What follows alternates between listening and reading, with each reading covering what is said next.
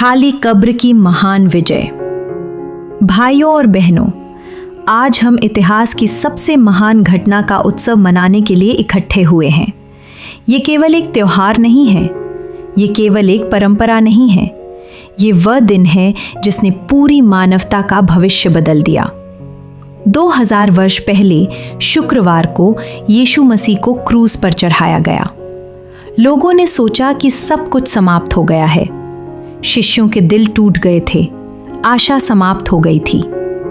क्रूस पर यीशु ने अपने प्राण त्याग दिए और उन्हें एक कब्र में रखा गया। लेकिन कहानी वहीं समाप्त नहीं हुई। तीसरे दिन सुबह कुछ स्त्रियां उस कब्र पर गईं। वे दुखी थीं, रो रही थीं। वे ये देखने गई थीं कि उनके प्रभु का शरीर कब्र में है या नहीं। लेकिन जब वे वहां पहुंची तो उन्होंने देखा कि पत्थर हट चुका था, कब्र खुली हुई थी और स्वर्गदूत ने उनसे कहा, जैसा लिखा है मैथ्यू 28 में, वह यहाँ नहीं है क्योंकि वह जी उठा है। मित्रों, यही है ईस्टर का संदेश। यीशु जीवित हैं। इतिहास में बहुत से महान लोग आए, उन्होंने शिक्षा दी, उन्होंने लोगों को प्रभावित किया, लेकिन अंत में वे सब मर गए और उनकी कब्रें आज भी मौजूद हैं। लेकिन यीशु मसीह की कब्र खाली है क्योंकि मृत्यु उन्हें रोक नहीं सकी। बाइबल कहती है 1 कुरिन्थियंस 15:20, मसीह मरे हुओं में से जी उठा है। ईस्टर हमें 3 महान सच्चाइयां सिखाता है। 1, पुनरुत्थान साबित करता है कि यीशु परमेश्वर के पुत्र हैं। बहुत लोग कहते हैं कि यीशु केवल एक शिक्षक थे, एक नबी थे या एक महान व्यक्ति थे, लेकिन पुनरुत्थान साबित करता है कि वे उससे कहीं अधिक हैं।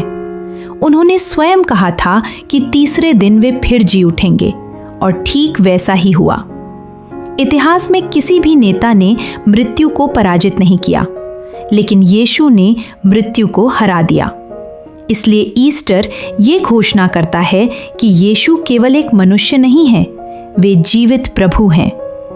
2, पुनरुत्थान हमें आशा देता है।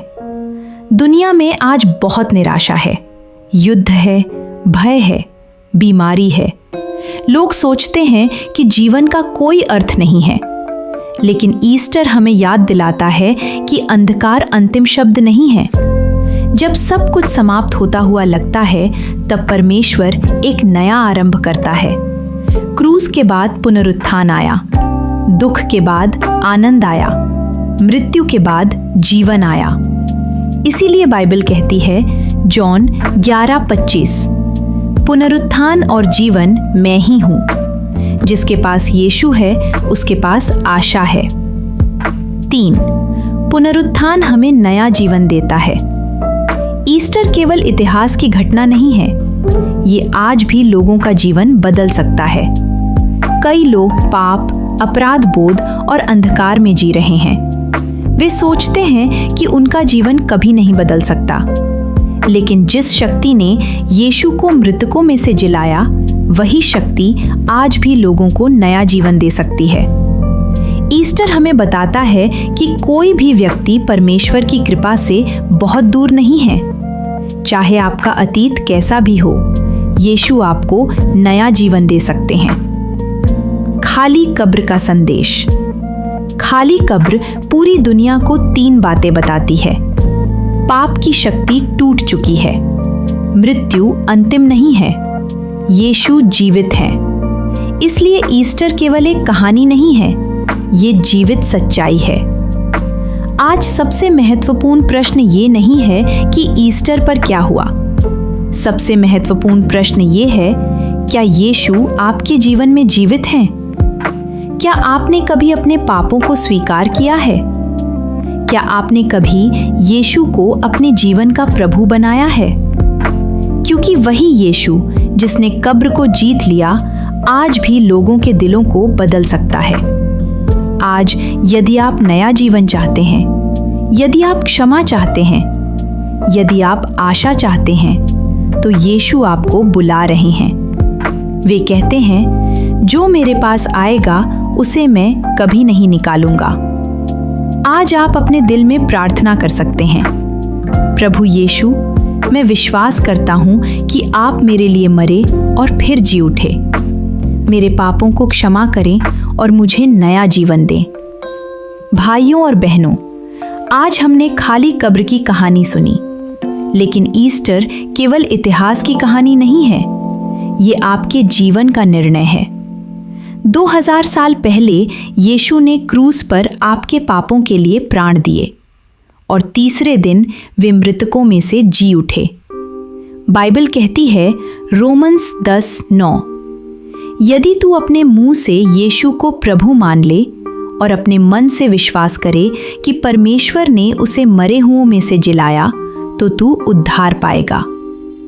आज परमेश्वर आपसे एक प्रश्न पूछ रहा है, आप यीशु के साथ क्या करेंगे? आप उन्हें ठुकरा सकते हैं, आप उन्हें अनदेखा कर सकते हैं, या आप उन्हें अपने जीवन का प्रभु बना सकते हैं। लेकिन याद रखिए, जीवन बहुत छोटा है और अनंतता बहुत लंबी है।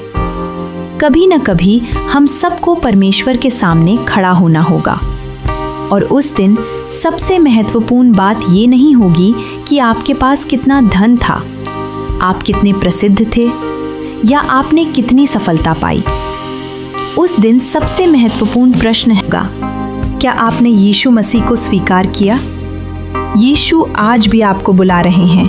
वे कहते हैं रेवलेशन 3:20, देख मैं द्वार पर खड़ा हुआ खटखटाता हूँ, यदि कोई मेरी आवाज़ सुनकर द्वार खोले तो मैं उसके पास भीतर आऊँगा। आज यदि आप अपने जीवन में क्षमा चाहते हैं, यदि आप नया जीवन चाहते हैं, यदि आप सच्ची शांति चाहते हैं, तो अभी अपने दिल में यीशु को आमंत्रित करें। आप ऐसी प्रार्थना कर सकते हैं, प्रभु यीशु, मैं विश्वास करता हूँ कि आप मेरे लिए क्रूस पर मरे और फिर जी उठे। मेरे पापों को क्षमा करें, मेरे दिल में आए और मुझे नया जीवन दें। आज से मैं आपको अपना प्रभु और उद्धारकर्ता मानता हूँ। मित्रों, क्रूस खाली है, कब्र खाली है और यीशु जीवित हैं। आज उद्धार का दिन है, आज कृपा का दिन है, आज नया जीवन शुरू करने का दिन है। यीशु जीवित हैं और वे आज भी लोगों के जीवन बदल रहे हैं।